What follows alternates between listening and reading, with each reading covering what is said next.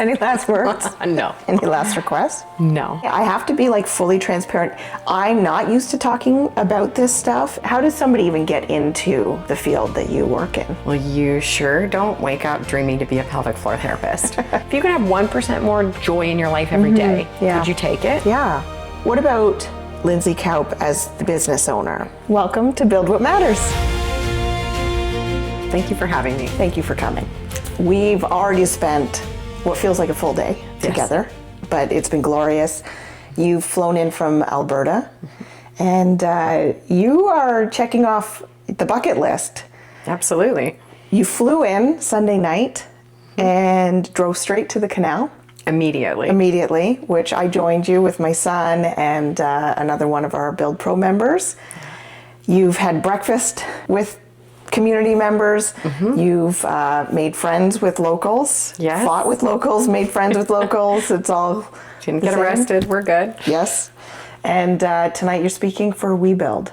Yeah. Which is very, very exciting. And it's different. It's unique. And so we're going to kind of dive into obviously who you are, the path that has gotten you here, but then also the topic of, you know, what you do for a living, because I think there's a lot of curiosity behind it. There's a lot of unknown, maybe some challenges even in people really understanding. But from what I have learned speaking with you, it's so relevant in so many people's lives, and needs to be talked about more. I'm going to try to give you a proper introduction because it is more unique, but you're an occupational therapist and you're specializing in whole person pelvic health and performance. Correct. Did I get that right? That was awesome. I read well. You just need to come introduce me everywhere. I know. Yeah. But you also are the founder of Emotion Therapy. Yes.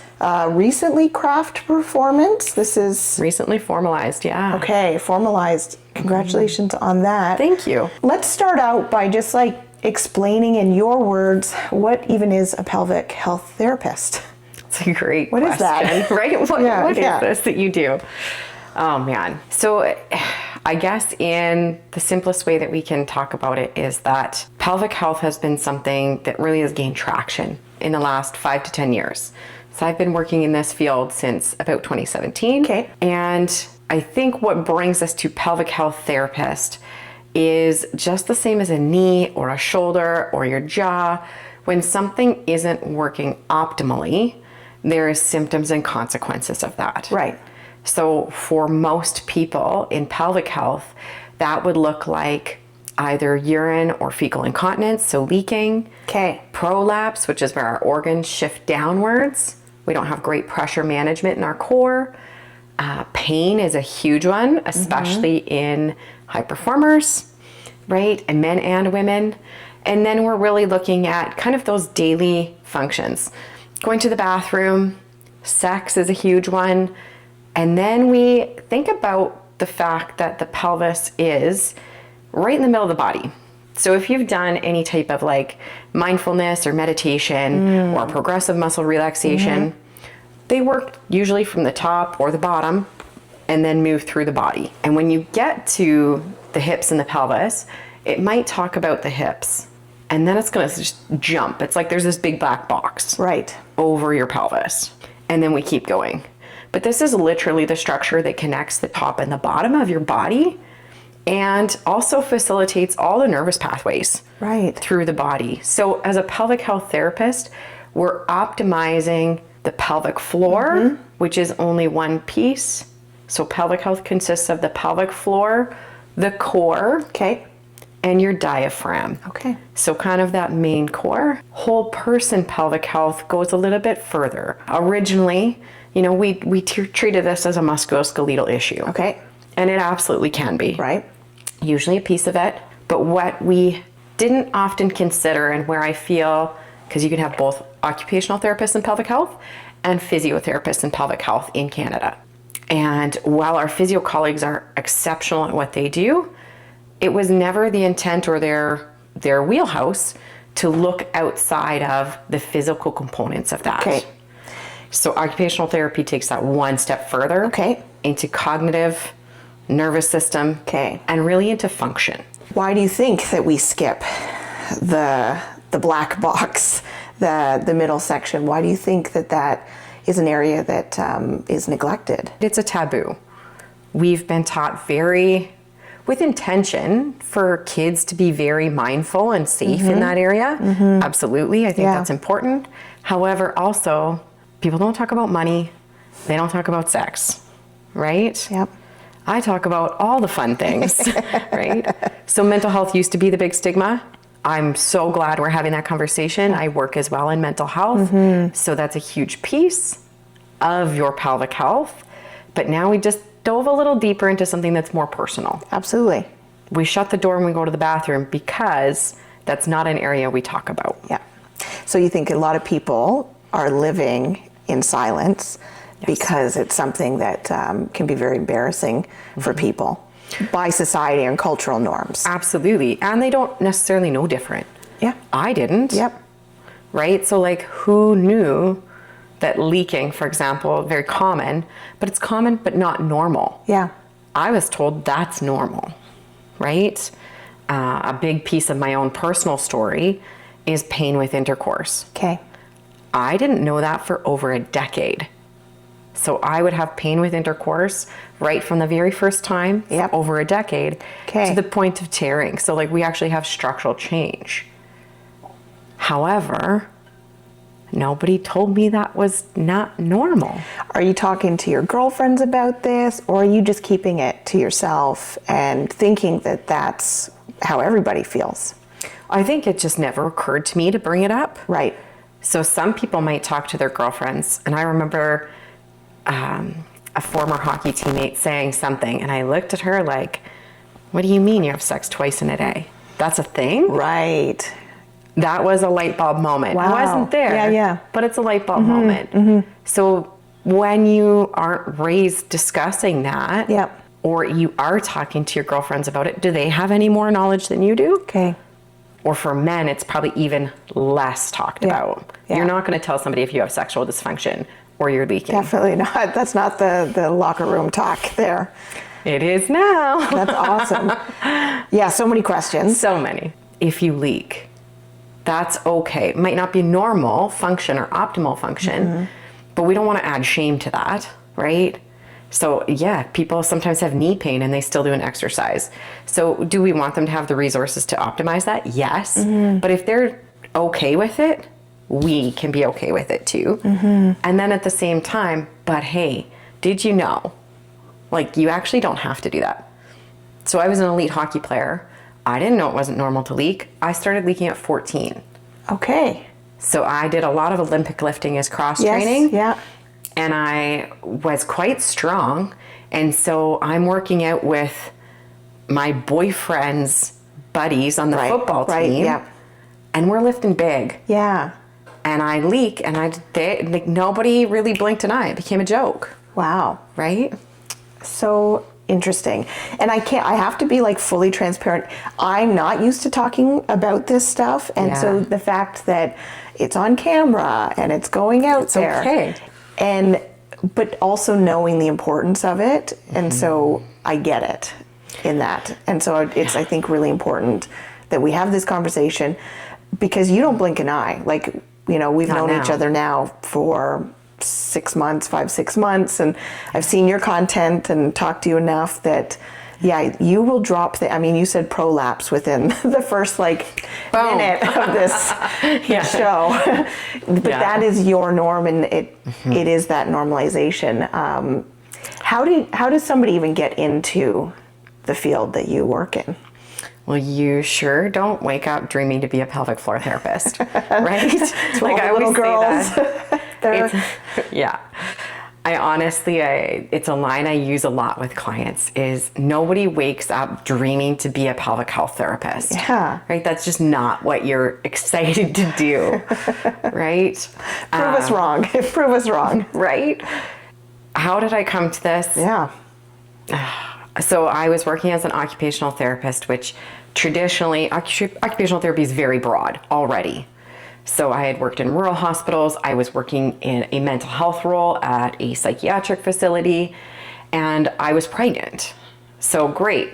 I'm pregnant with my first child, and this leaking that I've always had with sport. Right. So that's called stress incontinence, when we leak with laughing, coughing, sneezing, running, jumping. Okay. Those kind of things. Now suddenly I was leaking, like if I just kind of coughed a little bit or sneezed a little bit. Okay. And I had urgency. So like I had to go pee, and I had to go pee like right now.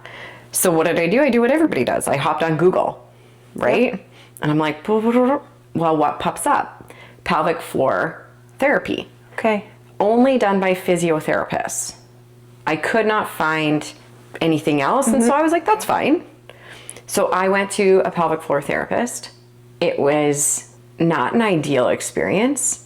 I felt pretty clinical. I felt like my questions weren't answered. It was very recipe based. And that is not to say all pelvic floor therapists, physios, OTs are like that. That was just my experience. And I was like, I feel like I could have done a better job. Okay.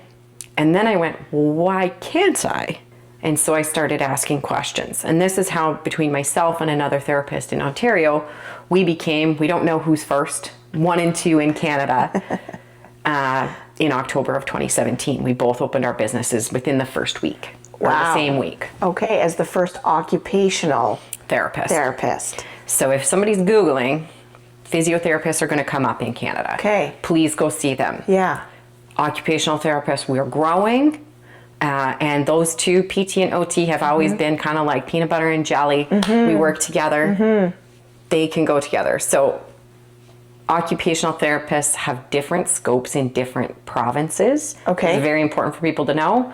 So what I do in Alberta, I have full scope. Okay. So I can work all on the physical side, all on the mental health side, the emotional, the nervous system, pretty broad. Okay.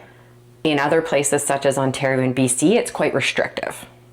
So you might work with both a physio and an OT to meet that full whole person pelvic health. Where you can do that well-rounded approach, or yes.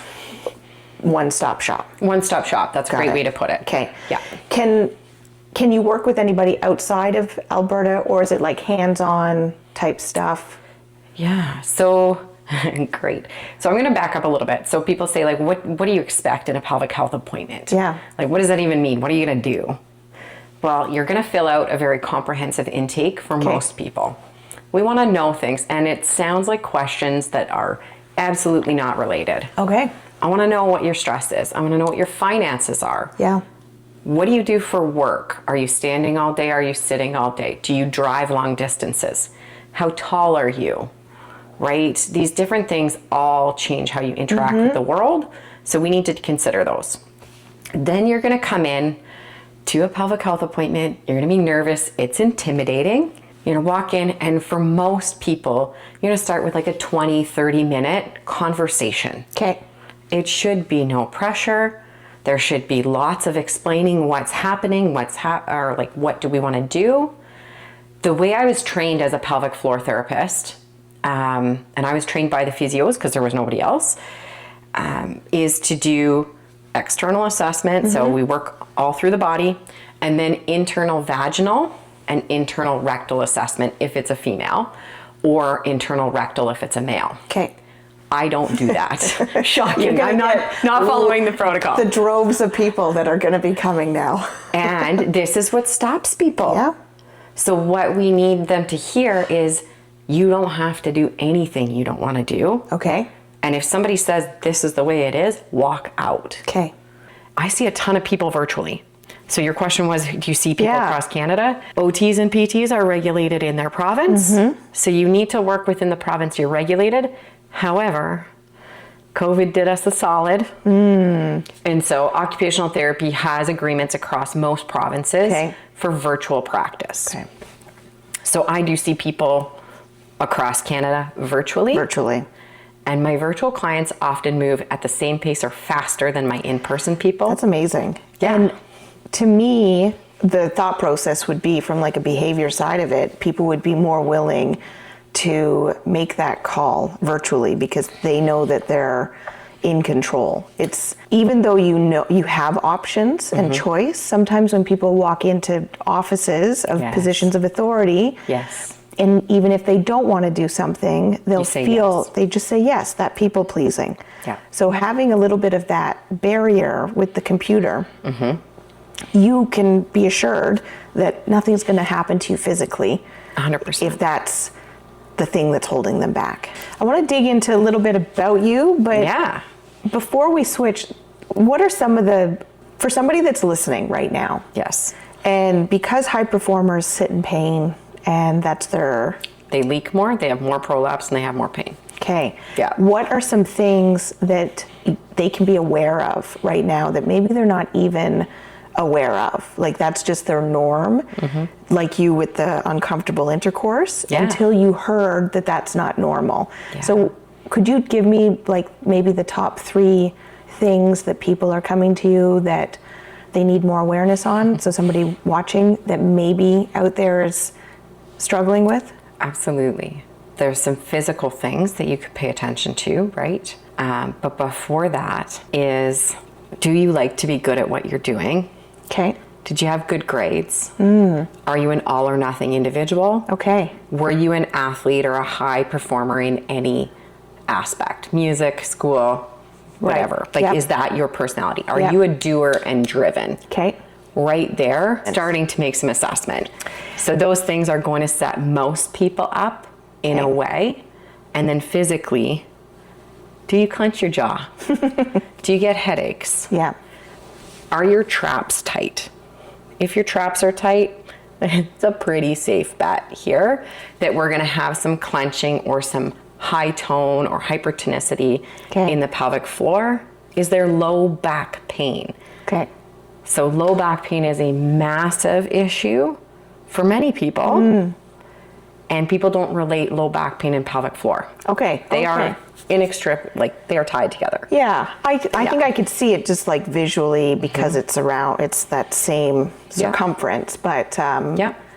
the jaw clenching, I wouldn't put that together. The other thing that I'd probably, anytime I hear gut, so IBS, Crohn's, colitis. Yep.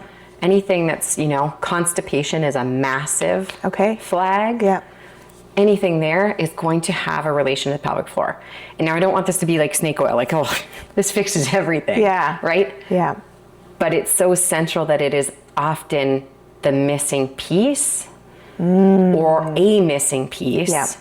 And if we can improve people's quality of life by, 5 to 50% through one piece, fantastic. We really want to do that, right? Okay. Anxiety is another. Yeah. Interesting. So anxiety and depression are clinically significant, and we have the evidence, they are tied to pelvic floor dysfunction. Should anybody that is like suffering from that speak to a pelvic health therapist, or are there certain things that, if you don't suffer from leaking, if you don't suffer from bulging, that type of stuff, what's the awareness piece that people need to have?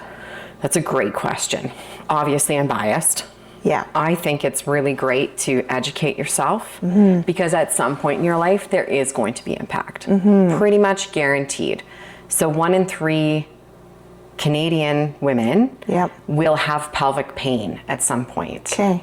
Leaking is much higher. Prolapse, one of the studies is showing that between 40 and 50% of women at 20 years old who have never been pregnant have some degree of prolapse. But also what people miss is what you do all day, every day, impacts everything else. So why wouldn't it impact that? I was going to ask, what are some other lifestyle things that people should be doing and incorporating to help prevent things like prolapse, Yeah. leaking if possible, that type of sure. stuff? So in terms of urge incontinence, which is I have to go pee and I have to go pee right now. Okay. We teach that from a very young age, especially in cold climates. Go pee before you get your snowsuit on. right. Go pee before you get in the car. Yes. These are learned behaviors. Okay. So your bladder learns that full isn't here, it's here. Interesting. So the way that knows to go pee is it stretches, and the stretch receptors speak to the brain, and the brain says, hey, we've stretched this much, I need to go pee. But it's going to send you a couple false signals before it gets true. Now, you don't want to leave it too long. Right. And with bowels, when you have to go, if you have to go poop, go poop. There ain't false signals. Heard that. Yeah, please do that. But so just using, like you talked about, logic, CBT, to say, hey, do I actually need to go pee right now? Did I just go pee 10 minutes ago? Did I just slam 2 cups of coffee? Maybe I do need to go now, right? Because those are urgency irritants or bladder irritants. I'm picking Be that up. logical with your bladder. So somebody might be like, well, it's a long car trip, but it's better to make the stops versus be in the habit of Yes. training your bladder. Instead, you should be listening to your bladder and going when you need to go. Yeah, because it's called key in the door syndrome. It's like people turn into their driveway, they park, they're going to go out and get to their door, and they're trying to dig for their keys, and suddenly they really got to go. Well, it's like your body recognizes the environment. Okay. And we got to go now. Yeah. So you should be going pee every 2 to 4 hours. Okay. Typically.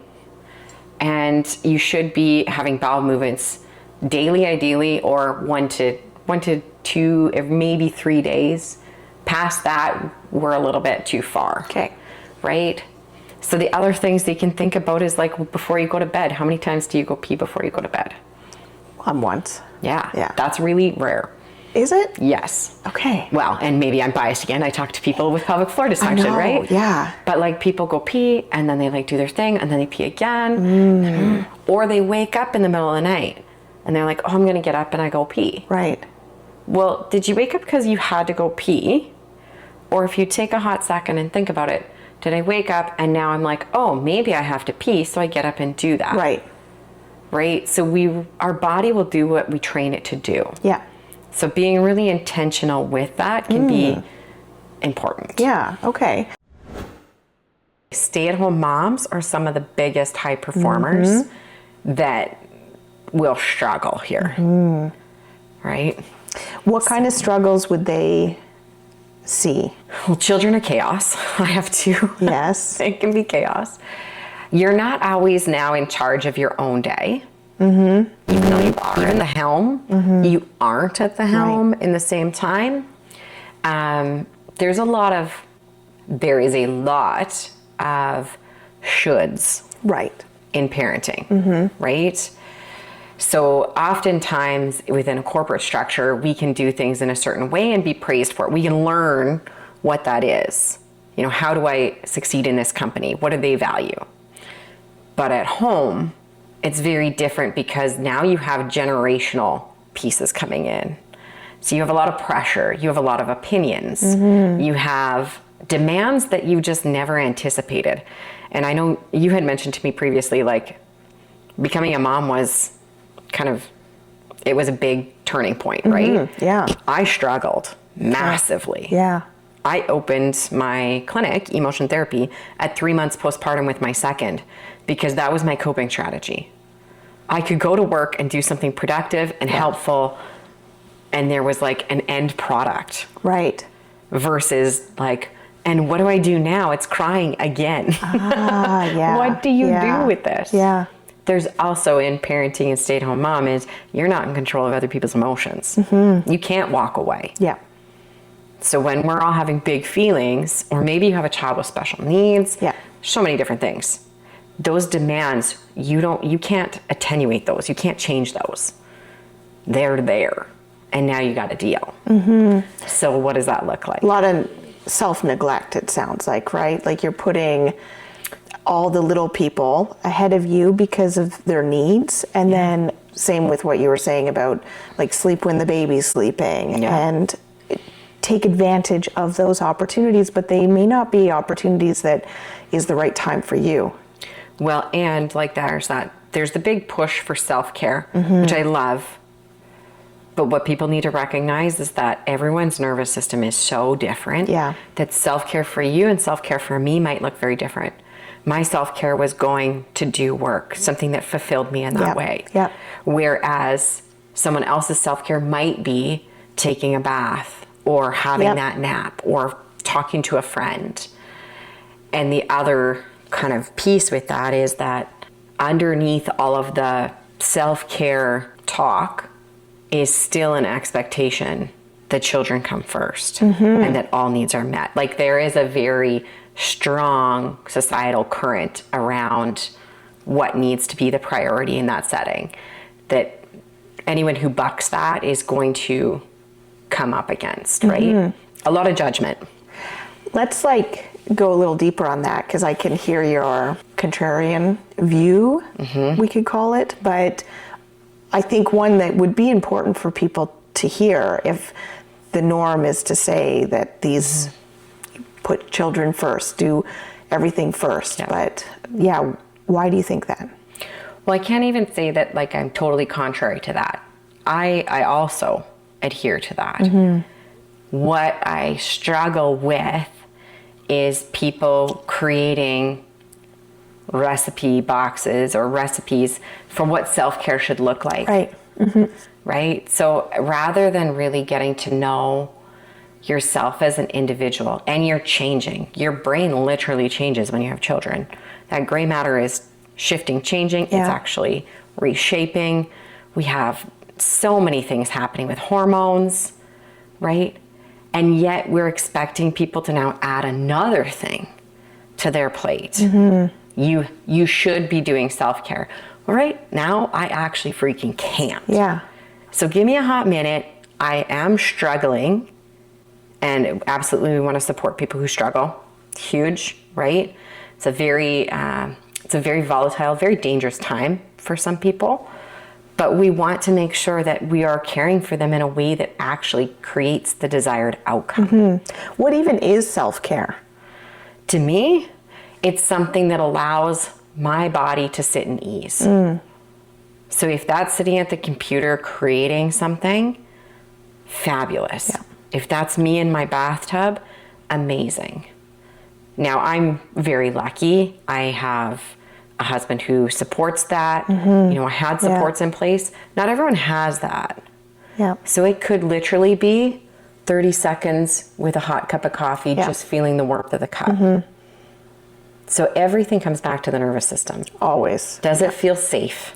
Or is it in threat and chaos? Yeah, it, you know, I navigated a lot of that last year, because I never, nervous system was not part of, you know, anything I ever talked about. It's not part of anything that I hear in the military talked about. And when you are a high achiever and then you're in an environment that not only fosters, but demands, and then continues to overload the people that can, like we break our people, and 100%. The best people.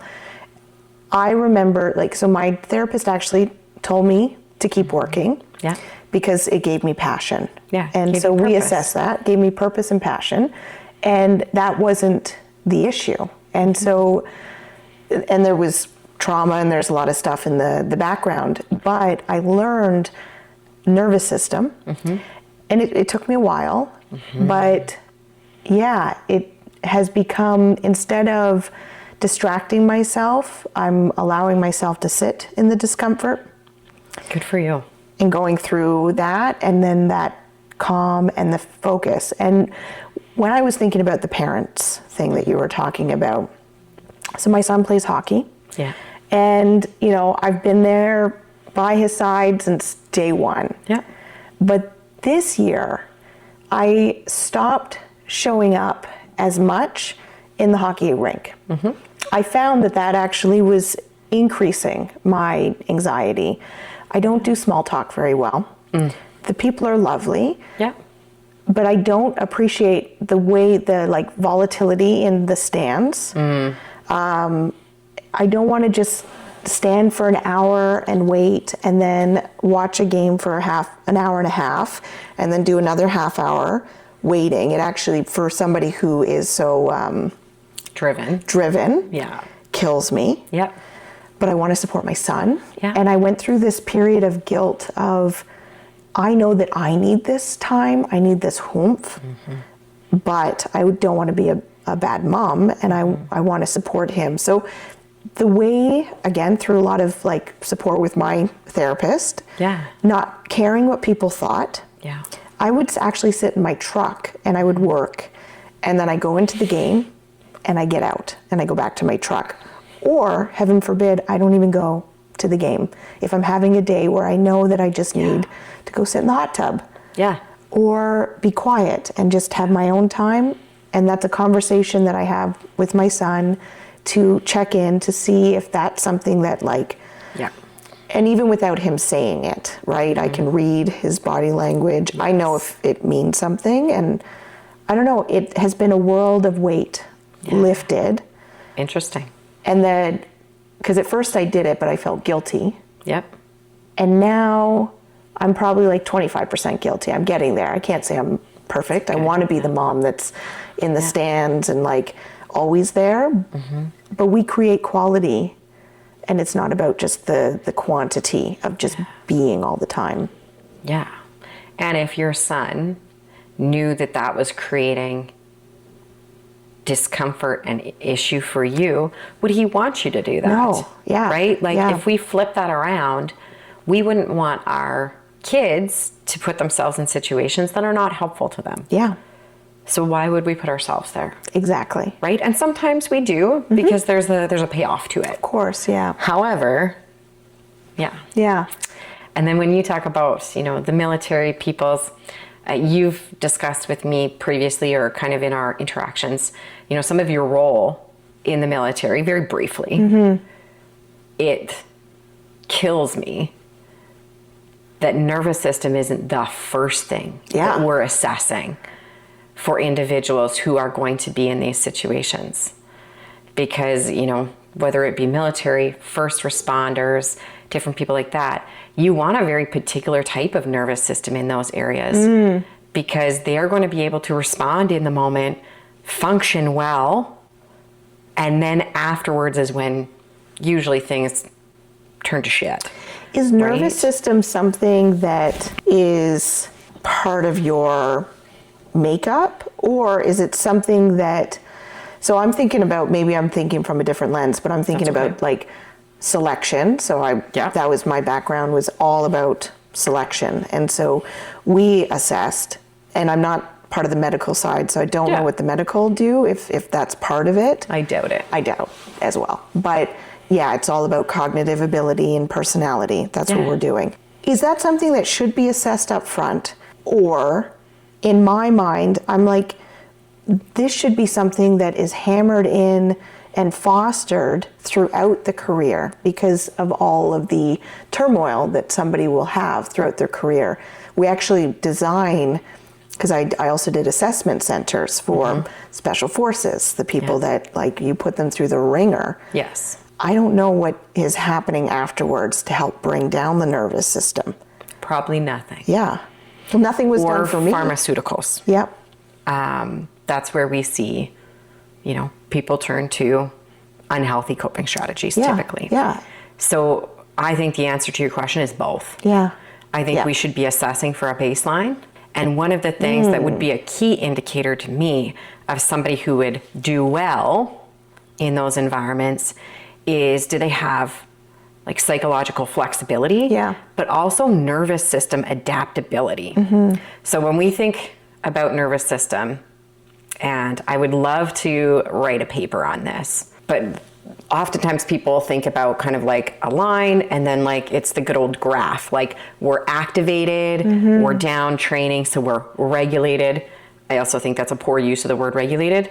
To me, regulated means that you're at the correct or a peak nervous system state for the task at hand.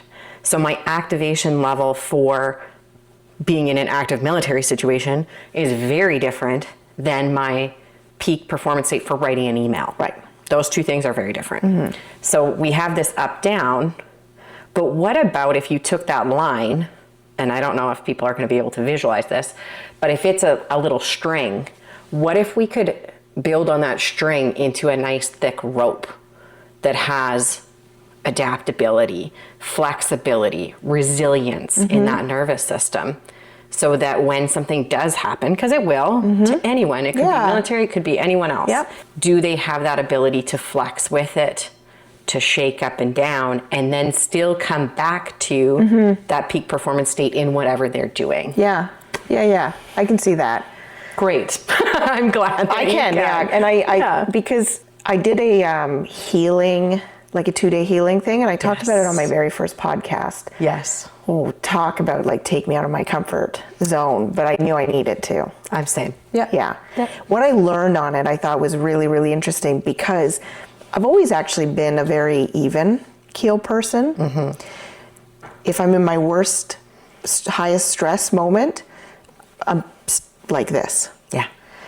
And I think I'm being clear-headed because that's why, right? I'm going to make decisions and I will deal with feelings later. Yeah, it's a first responder state. Yes, but the feelings didn't really come. And so I always thought that I just like handled stress very well. So any interview I ever took that would ask me about my coping for stress, because within the military, I am incredible. Yeah, off the because charts. I don't deal with it. And that's what I learned is that I actually didn't go through that process and to allow my feelings.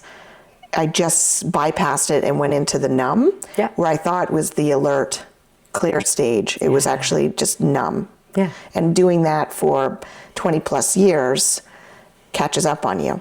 It's like a spring-loaded trap. Yeah. It just goes in and down and down and down. And so, you know, I'm a very science-based person. And as I get older, I get more and more woo as I go. Too. I think all of us go through this, right? But we talk about holding the emotion for women particularly, but I would put men in there too, is we stuff it on down into that pelvic floor and pelvic bowl. And it's just keep adding weight to a spring-loaded trap. And it's where's the threshold that's going to make it snap. And it's going to come up and there is no stopping it. Yeah. It can start to jump up and you can shove it right back down. But eventually demand exceeds capacity. And when and how that happens is so variable, right?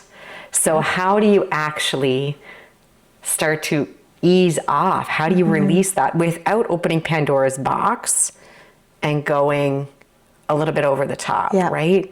So there's a lot to that. And that's where I think that whole person pelvic health comes back to. Yeah. So there's the physical pieces. Absolutely. I work a lot with rodeo athletes, and one of my big burly guys, right?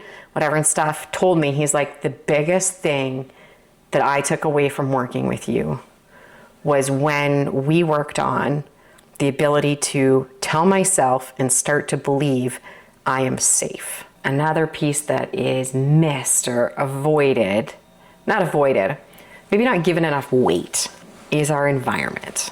Yes. Right?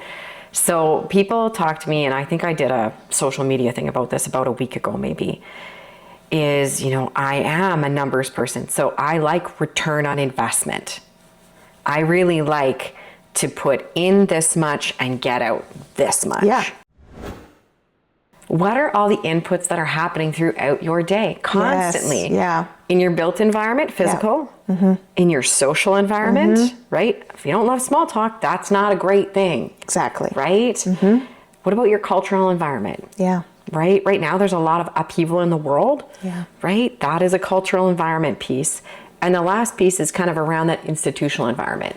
So for something like military, it's the things that shape what we do. So policies, procedures, systems, the education system, our healthcare system, our policing systems, those are all institutional environments. But when you think about that, the easiest ones to influence are social and built. So you have beautiful plants here, right? Those add all to that real, environment. Of course. All real. You know what? I don't care. It doesn't matter. My brain doesn't register if that's real or fake. Yep. It registers that it's like a soothing piece, right? It's like beautiful muted colors. I feel comfortable. You gave me a nice pillow for my back, right? Yeah. So we can even just teach people like Pavlov's dog, ring the bell, the dog salivates for a steak. What if you could just smell something or feel something, and you've already chosen what desired response you want. So if I want to feel joy, which is something I give almost every client, if we're doing safety through the senses, they choose one desired outcome like calm or open or release, because we're often looking to open that pelvic floor. I also give them joy, because who couldn't do with more joy, I'll have some of that. right? If you could have 1% more joy in your life every day, Yeah. would you take it? Yeah. So like if I want joy and that comes from smelling my coffee in the morning, I can place that coffee at multiple points in my day. So I'm almost tripping over my trigger for joy all over the place. If I'm a high performer, pelvic health or otherwise, when I transition from something. So if I transition from treating a client to coming into chart notes, right? Or coming into doing coaching, I need to transition that somehow. How does my brain know that I'm actually switching tasks? Do you say to myself, brain, I'm switching tasks right now? I don't think so. Most people don't. But our transition times are quite long. It takes a while for the brain and the body to catch up when we're switching things. So why don't I use a sensory cue to initiate a transition? It reminds me of, we did a workout this morning. Yes. The timer. Remember I explained to you how I am a competitive person, the friendliest kind. Like if you beat me, I'm so happy for you. Right. It's just the love of the sport. Yes. That's my jam. And my husband and I, when we work out together, and I tell him I'm not racing you because you go into a state and I don't want to be in that state sometimes. Yeah. And I will be telling him, but I'm really telling myself. Yeah. But that timer goes off because we have the clock in our garage and I hear the beep, beep, beep. And that I transition right into the competitive state. Yes. And now I'm racing him when I just said I wasn't. Yeah. So when we walked into the workout this morning too, I started doing a completely different exercise than what we were doing. It was like, I don't even know what I was doing. Yeah. But this morning was pretty chaotic for me. Yeah. My brain was at full tilt. We have lots going on today. Yes, we do. So we've done There's a lot today. I'm going to present tonight. Like there's lots. So you'll notice that I walked back to the door and I came back in. Oh. And at the same time I tapped, you might not have noticed. But so it was recently, I was recently called out by someone that I coach for performance. Yeah. That I was not prepared to be in the gym. Okay. And they asked me facetiously, what is my cue for transitioning into the gym? Yeah. And I went, oh, shoot, I don't have one. Okay. So my brain's still working on business problems and kids and the drive in. Right. It's not working on my spurs get. Right. You're on autopilot? Autopilot, other priorities, right? My brain and my body haven't recognized that we've shifted. Yeah, okay. So we're not thinking about that now. We're here now. Yeah. Yeah. And then after some kind of self-digging, I realized, because I went, oh, you know what? I was a competitive hockey player. Our warm-up list would be perfect for me, like from university. I'm going to put on the same songs because I still know the whole thing. I'm going to put those on and then I'm going to walk in the gym. The only issue with that is that the songs for warm-up were set to activate my nervous system to go for a hockey game. Except the thing that I'm doing in the gym first is very small technical pieces first. Okay. It's not fast, hard sprints. Right.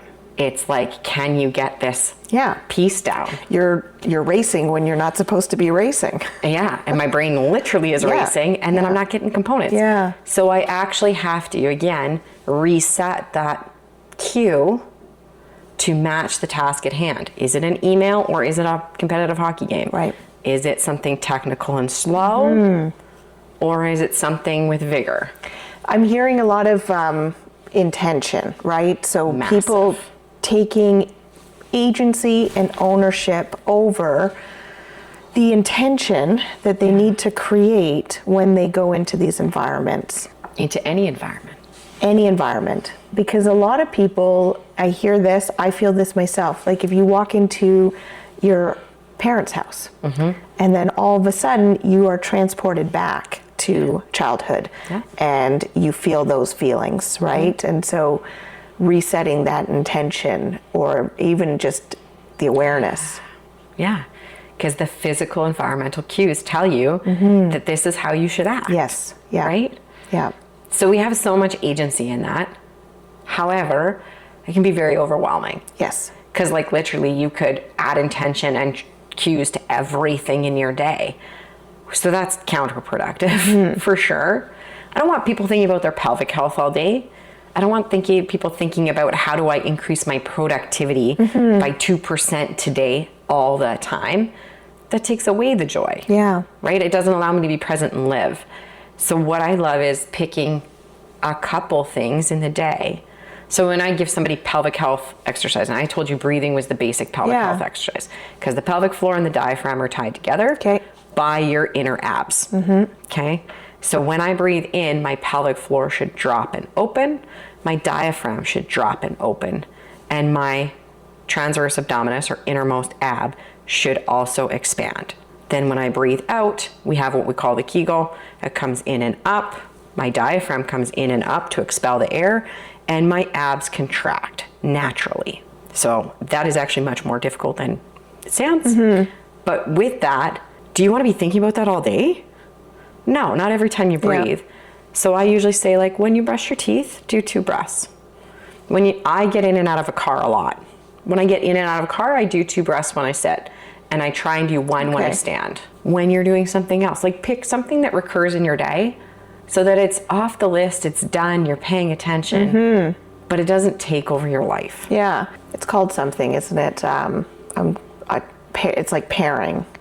Stacking. It's habit stacking. Habit stacking. Thank you. It's habit stacking. Yeah. So deciding, okay, the car is going to be the space that I'm going to. This is my cue. Do the cue. Please don't do your pelvic floor exercises in your car at a stoplight. That's a really bad choice. No, this is great. I didn't know we would go down that road, but I think that it's so important to do that, to take agency over your environment, to have awareness of what and how you're feeling. Yeah. It impacts your physiology, right? Yes. Your feelings impact your actions impact your thoughts, feelings, actions. They go in a cycle. Yeah. So you can use, I think you talked about CBT. Yeah. I use cognitive behavioral therapy, acceptance commitment therapy, solution focused therapy all the time. That's where I feel super lucky. In my position as an OT in Alberta, I can be doing physical hands-on work and we can be having a therapy session at exactly the same time. I think that is so important because it is so piecemealed. Yes. That it can be draining for people. Overwhelming, time-consuming, and expensive. Yep. So to be able to do the one-stop shop, and even if it's not pelvic health at the end of the day, you can rule that out versus go somewhere else that will start to identify the problems as depression, anxiety, and we're just going to treat that. We're not going to think about the whole picture. Yeah. So I would say anyone, and like I work in mental health as well, so anyone who's struggling with mental health, we want to consider what physical pieces we can do to improve that. We now know exercise is more effective than any pharmaceutical drug that we have when they're paired together. Like, I'm not saying there's not a space for that, but we can put things together, and you know, if it's 10% from exercise and it's 10% from our treatment, from therapy, and if it's 10% from pharmaceuticals, why wouldn't we want all of that gain? Right? And same thing for pelvic health. If somebody is leaking, somebody feels pressure in their vagina, their rectum, if we have sexual dysfunction, so that can be pain with intercourse, that can be inability for women for anything to penetrate, to go in. So that's called vaginismus, and very important. There's a lot of shame with that particular diagnosis. If men, right, either after prostatectomy, like the rate of prostate cancer now that our screening is good, is skyrocket. Okay. Right? So like, we want to see these people before and after. We want to see them before any surgery, hysterectomy, appendectomy, tummy tuck, anything in that core is going to impact C-section. I'm a 2-time C-section mom. Okay. This impacts all of that. So we can optimize all of that for somebody and prevent issues down the road. and I find these clients the hardest actually. When someone comes in, they're like, I actually don't have any issues. I just want to make sure everything's good. And I'm like, oh my gosh, I don't know what to do with a unicorn. Like, Yes. Yeah. But we talk about, how are your relationships? How are your finances? Yeah. How is your work? How's your parenting? If that's, a role you have. Yeah. How is your physical health, your nutrition, your hydration, your sleep? Okay, let's look at this. What's our window in? Because sometimes it's pelvic health. Yep. And sometimes it's not. Yeah. But just even the awareness, I guess, is what I'm learning the most about that. And it's so obvious now after an hour conversation of like, everything is connected and related to the core. Yeah. And so why wouldn't you be having that assessed? And that's where, and I tell people, I was exactly the same, right? I was like, that makes sense. Okay. Like, I'm going to look into this. Did I dream of being that pelvic floor therapist? No, not at all. Right? I was going to go to school for physio, and I was going to be a physiotherapist, and that was it. I went to school. I got my degree in kinesiology. I played hockey. It was great. I was so driven, I didn't stay for my 5th year of hockey, and now I wish I would have. But I was on to my next goal. Right. So I went, and now I got accepted to both OT and PT. Someone just told me it would look good on your PT application if you applied to OT. That's the only reason I did it. Okay. And then I was given 24 hours to decide. And I chose OT, which surprised everyone, including myself. Good move for me in the end. Yes. It would have been much easier, and I don't mean that easier in like that physio isn't a hard thing to do, but easier in terms of my life path to go to physio. Right. Ended up as an OT, come up here, and now I'm working. I said I'd never work in mental health, started working in mental health, had issues, did that kind of research, and that was where it was like, I could do this. And nobody told me no, because I wasn't interacting with anyone in that time. I was, late pregnancy, pretty small social circle. There was no one to tell me no. Fast forward a couple of years, when I decided to actually open a pelvic health practice, I got told no multiple times a day. Yeah. You can't do this. We won't allow this. We won't train you, et cetera, et cetera, et cetera. All the different things that people ask, why do I still do this? Yeah. And it's like, no, I don't want to. Is it fun to like palpate? So that's what we call touching inside of people. Well, to me, it's like the same as touching an elbow now. Right. But like, no, it's not. Like, I don't dream of doing that. If you do, that's probably not the right person. That's, But the impact is so big. Yeah. The impact on someone's life is massive. And like, I had one client who hadn't seen her daughter in Ontario for like 3 or 4 years. Hadn't seen her granddaughter.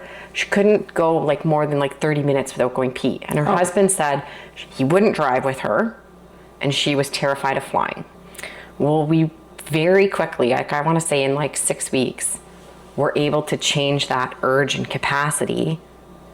And she was able to drive from Alberta, Ontario, and like she came into my office and just bawled, right? Because she got to see her family. Yeah. For intimacy. Like if someone who has chose not to have intercourse until marriage. Okay. Now it's your wedding night, and you go to have intimacy with your husband or your partner or whatever, right? So let's say it's a man and a woman, and suddenly it's like he can't get in, and there's pain and there's shame and there's confusion. Mm-hmm. Yeah.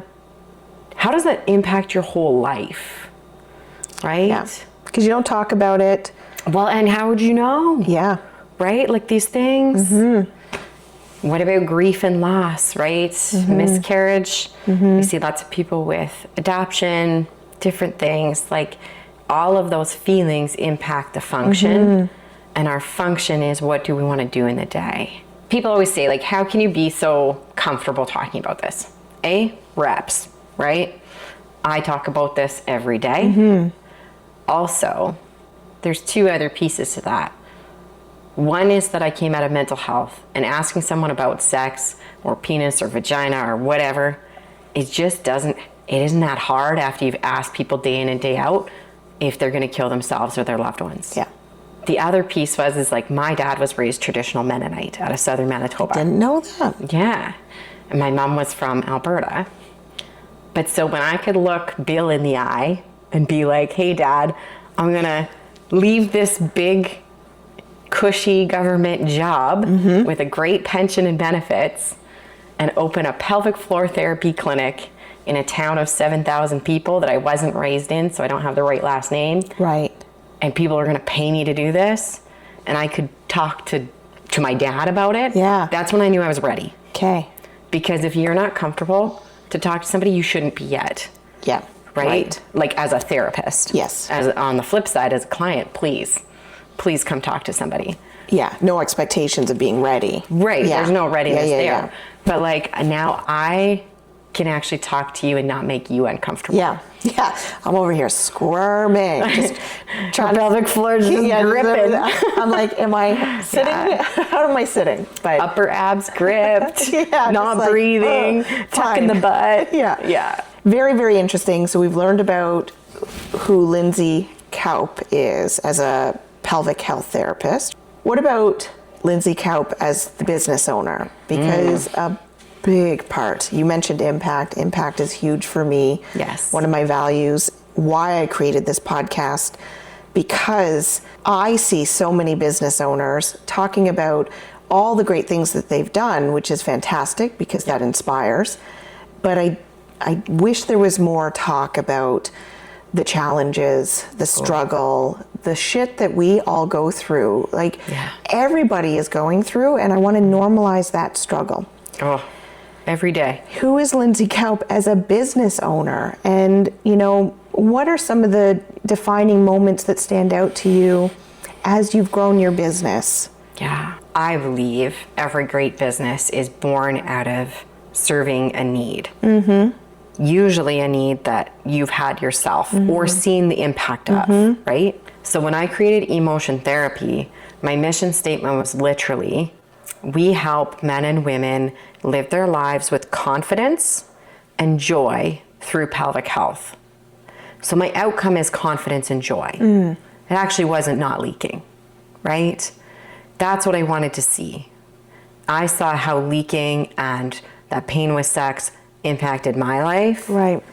Being pregnant, becoming a new mom, that rocked my world. Like absolutely rocked it.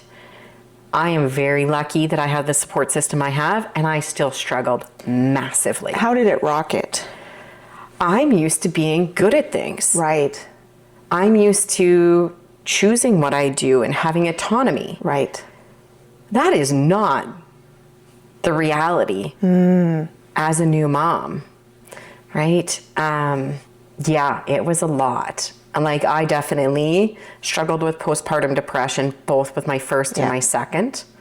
Pregnancy, great. Birth, whew, right? I also saw a lot of like the power of other people's ability to impact you. So when I was having my second, I attempted what we call a vaginal birth after C-section. Okay. I was fine. We labored for a couple days. My pelvic floor issues definitely impacted my ability to have a vaginal birth. But one thing was a defining moment where the anesthetist said to me, who the hell told you you could have a vaginal birth? You have size 5 feet. So there was taught at one point that your size of your feet is correlated to the size of the pelvic inlet. So it does matter. No, it's bullshit. Okay. It's bullshit. Oh. Anyways, in that moment, it's like just flipped. And I didn't care if I had a baby, if I had a boy or a girl. I didn't give a shit. The only word I said after that was fuck. I think I swore at her. And it was worse, I think, because it was a woman. And I was like, seriously, lady? Like, I'm choosing to go for a C-section right now because we had some other issues going. I was fine with that. Right. Great. And then you throw that at me, and it was just like a big pile of shame. Face, yeah. It was great. Then we're going down to the surgical suite, right? My mom had given me a paper from 1985 that said, like, they lost her on the table with my older brother. So they didn't know she was allergic to succinylcholine, which is a drug that they will use. Okay. And I had given that to them and said, I can't have, they call it sucks. I can't have sucks.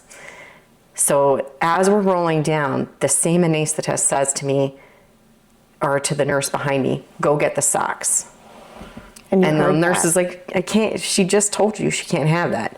And then the anesthetist says to me, she goes, or to the nurse, she goes, if it's baby or mom that we're saving, obviously we know which one we are. And though I agree with her assessment that I would have asked them to work with the baby, that wasn't her choice to make. And it was just like, it was a really defining moment, and that spiraled me hard. No doubt. For about 6 months. You put your trust in the medical system. When you go to a hospital, you're there to be taken care of. It was the disrespect and the lack of consent that I really, after many months, was able to come back to. And that's such a small thing. Now, I can't imagine people who, in many different situations with far different situations, right? So that was a big turning point for me. As a business owner, I never want someone to feel that. Mm-hmm. As a therapist, I never want someone to feel that. Mm-hmm. And I'm going to advocate for them to stand up for themselves, be educated and informed. The other big thing around business is that I was always told I could do whatever I wanted to. So I have lived with very high confidence and maybe low skills, but I didn't know, right? I mean, they say the optimist gets way more done than the realist. I don't know if we got more done, but I just think I can. Because you believe it, right? You'll try it, where the realist won't try. No, and the create optimist barriers. will try. Yeah. Mm-hmm. And so I was always told that, but recently, and through business really has highlighted that, is that wasn't always what I was shown. So I was told one thing and experienced another in some ways. Mm-hmm. And then this is going to sound so little, because there are so many people with big things, traumatic things in their life, life-changing things. But I almost think it fits me in how it comes out. I talk often about 1% or what can we do in 30 seconds, these small things that build up. And I've actually trademarked it. I call it the confetti method. Okay. It's sprinkle that everywhere, right? If you want something to change, sprinkle it everywhere. Yeah. Just like the coffee cup we talked about earlier. Put it in as many places so you can trip on that joy all the time. I have the coffee everywhere. You're fabulous. But at the same time, I'm 5 feet tall. Mm-hmm. I played hockey. I played elite hockey. So I was constantly praised for playing like I was 6 feet tall. Mm. But my reality is I'm not 6 feet tall. I'm 5 feet tall, right? Mm-hmm. So I would be praised for it, but I still didn't make the teams. I played with some Olympians, different things like that.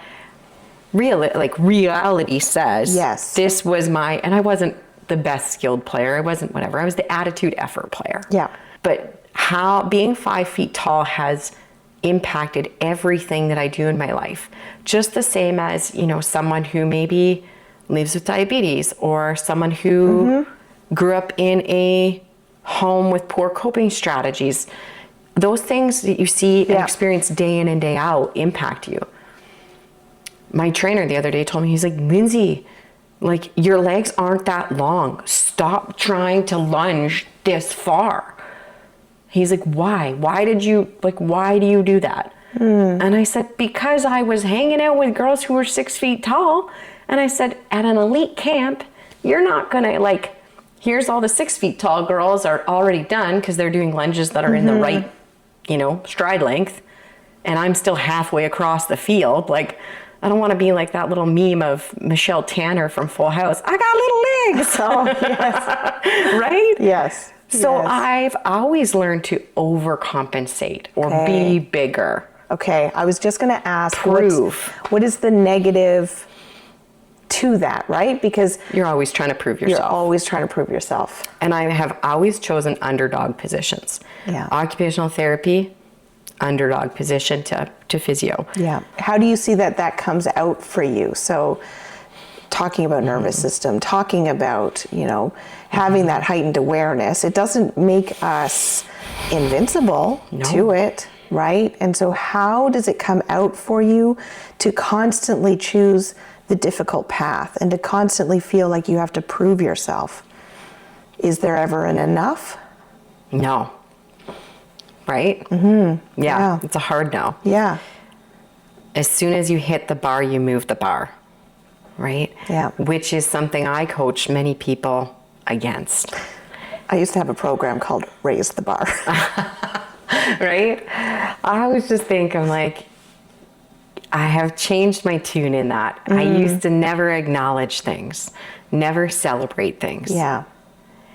And it actually has really impacted me in the fact that I was always proud to be like the low maintenance girlfriend or wife, or I was proud to be, you know, like I didn't care if we did something big for my birthday. You know, so that's in real life there, or in business. Like I have never once celebrated like that I've been in business for 8 years or 9 years or whatever it is. I'm not good at math. Because those are just things that happen, like they're little. And then realistically, when I coach others, I'm talking to them about celebrating little things. I kind of want to, and I already have insight into this, but I do want to talk about this, is the reading thing that you do. Yeah. Because I'm fascinated. I've never heard anybody explain this before, but you're an avid reader, to say the least. Avid, yeah. So yeah, to kind of set that stage, I guess. So probably I would say since COVID, for sure, I read between 300 and 500. One year was like, I think my Kindle Unlimited was like 570 books. And these are books that are completed. They're not 20-page books. They're like full-size novels. Novels. They are anything from trash romance to developmental books to, you know, Dan Brown. Like it could be anything. And so you can literally look back and see where my mental health was by how many books you're reading. So the higher the books, the worse the mental health. When you're reading at that speed, it's reading, or for me, I'm reading for escapism. Yeah. There's struggle here, and this is my version of avoidance. Yeah. People think it's great. And then what do you say, right? No, that's not a good thing. Everybody else is making a goal of 12 books in a year. Yeah. And you're like, my goal last year was to stay under 200. I hit 207. You hit, oh my God. I've never heard this before. And I still listen to audiobooks. Yes. I still listen to a ton of podcasts. Like I always tell people, I have a self-learned MBA in my business. And that was all through books and podcasts. Yeah. All of it. If the struggle is there to manage it for you, then what hope does somebody have that doesn't have the education and the background that you have and the resources? And so what are you doing to overcome that? Well, a business coach I know often talks about information is one thing and implementation is another. Sounds like a wise woman. Yeah, so she is pretty wise. So I think for years I had the information. I chose not to implement. Of course. Now choose is, you know, chicken egg. Is there things preventing me from implementing? Yes. Yeah. But also I chose. Yes. Right? And we want to be really careful in owning that. Yeah. I agree. For me, it is literally finding other things that create the same dopamine hit as that. So as I've come back into exercising regularly, and I have to say, like, the Build Pro family has been huge for that. They're amazing. Yeah. So amazing. Yeah. Just the accountability. I grew up in a team. When did all of my struggles start? The minute I left my team. Yeah. I graduated my undergrad degree and I started to struggle. And everything that had ever managed my stress, my ADHD, all of the different things suddenly wasn't there, which was a safe social circle, daily exercise, probably twice a day. We were on the ice 6 days a week. We worked out 5 days. Yep. Right? Life an athlete. Yeah, I had purpose. There was goals, right? And there was constantly, it was almost like a video game, right? You achieve the next level. You achieve the next level. Well, once you get a real job, you just are there. and there's no team that's helping you to go exercise. Yeah. And your social circle is only other people at work in a new town. What do you do with that? Yep. Right? You do whatever they do. Yeah. You are the people average you of hang the out 5 with. people. So with all of that, like now that I joined Build Pro, and I was very clear with you with this, I joined it for the community. The content is a bonus. I'm glad you said bonus. Yes. The content is absolutely there. Do I need it? Yes. Yeah. But the community was My priority. your driver. Yes. I love it because I didn't know about networking. I didn't even call myself an entrepreneur, embarrassingly, for like, Yeah, it me was too. like really 4 or 5 years ago that I even started to lightly use that word. And I also joined communities, and the communities promoted drinking and promoted recklessness, promoted just not the lifestyle or the values that I was looking for. Right. And as all entrepreneurs, and as you said, we create things out of a need and a recognition.